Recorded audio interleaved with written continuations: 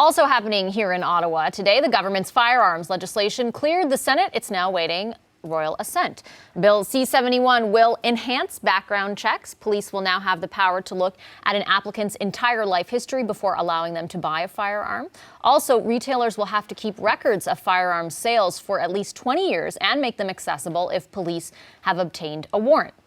Finally, the bill reclassifies two types of firearms as prohibited, which means anyone who owns them will have to apply to have the rifles, quote unquote, grandfathered. Otherwise, they'll have to be taken away.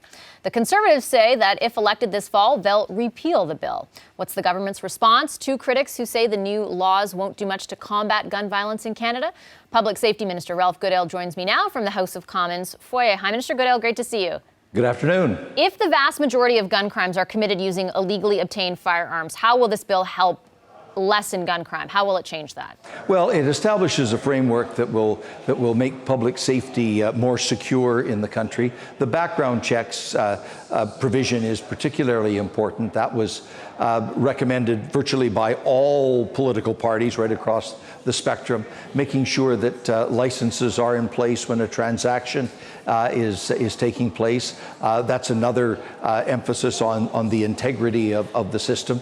The record keeping, the police have said those commercial records, which by and large are already kept by the vast majority of reputable retailers, Cabela's, Canadian Tire, and so forth, they already do this. For 20 years? They keep them indefinitely.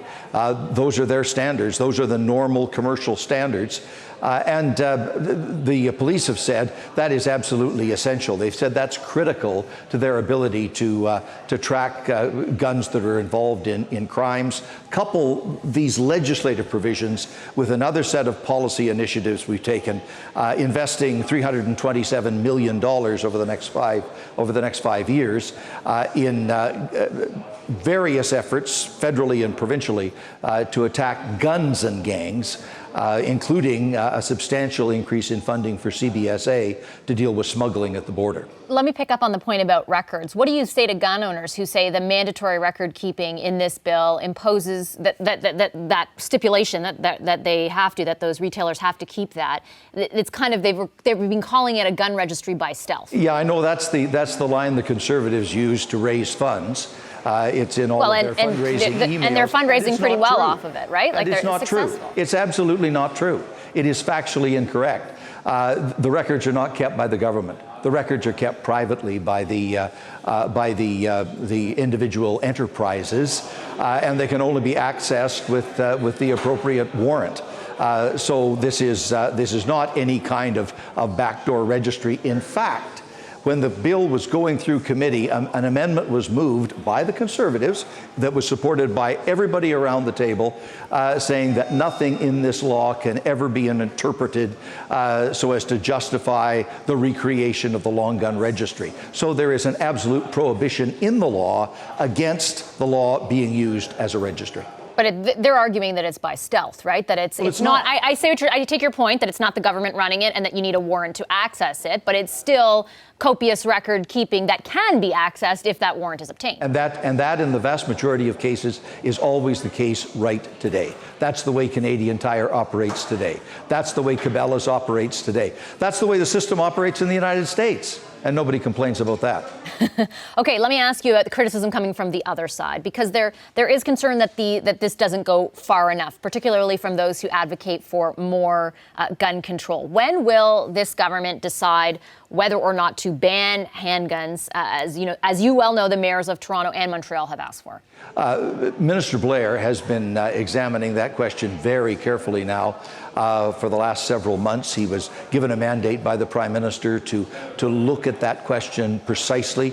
He's been consulting extensively. This is probably the most extensive consultation about firearms issues ever in Canadian history.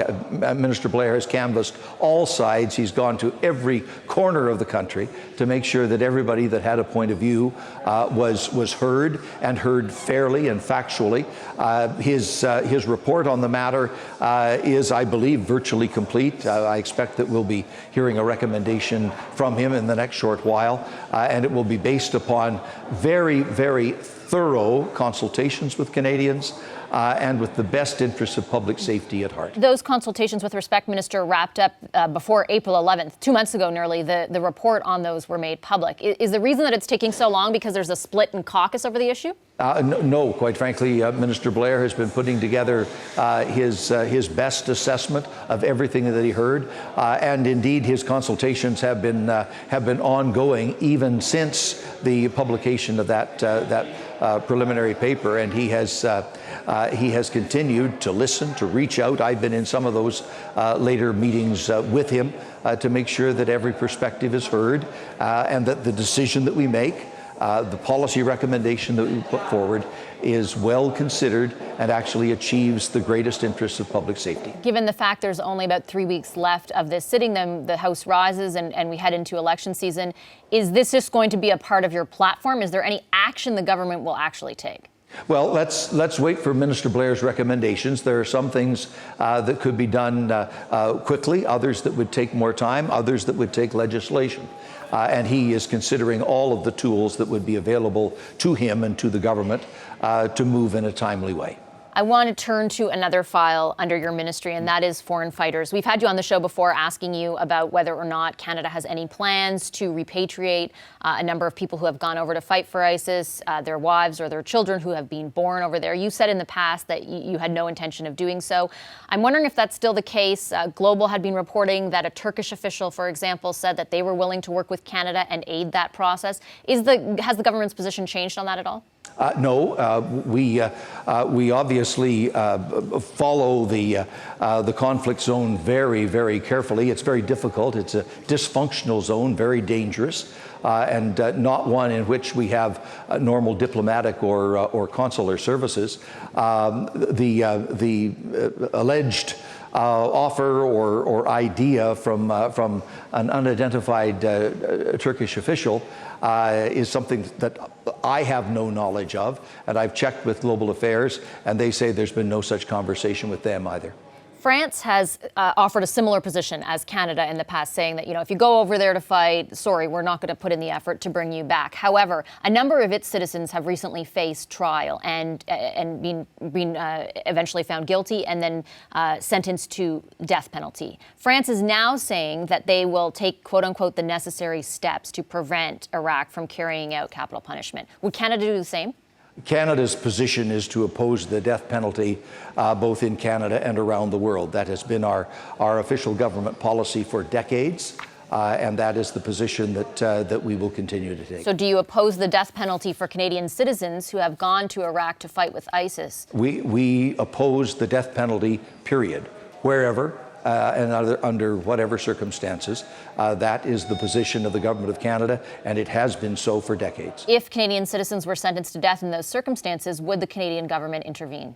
It would. It depends on whether it's physically possible to do it. The issue is one that is very difficult to address in a region of the world which is dysfunctional, which does not have a proper governance structure, where diplomacy and the normal extension of consular services is very difficult to apply. So you're asking me a hypothetical, and it's very difficult to answer that question depending on the physical circumstances. All right, I'll leave it there. Thank you, Minister Goodale. Appreciate your time this evening. You're welcome. That's Public Safety Minister Ralph Goodale from the foyer of the House of Commons. Hi, I'm Vashi Capellos, host of Power in Politics. See more of our show by subscribing to the CBC News channel or click the link for another video. Thanks for watching.